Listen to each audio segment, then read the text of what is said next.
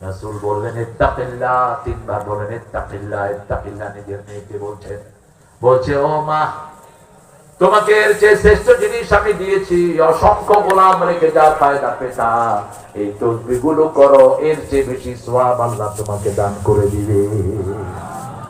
করবেন তো? যখন ক্লান্ত হন আরেকটা তসবিহ শিখিয়ে দেই, ইস্তেগফার করবেন।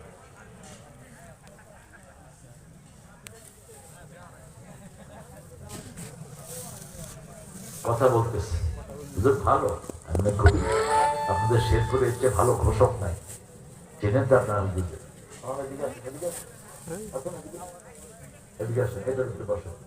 চেয়ার খালি রাখার দরকার নেই। হাসিনা যখন ভাবছে ইউনূস বলছে হাসিনার চেয়ে, হাসিনা বিমানে উঠে কয় লা ইলাহা ইল্লা আনতা, নিচের দিকে তাকে আর নাউযুবিল্লাহ। দোয়াটা কার দোয়া?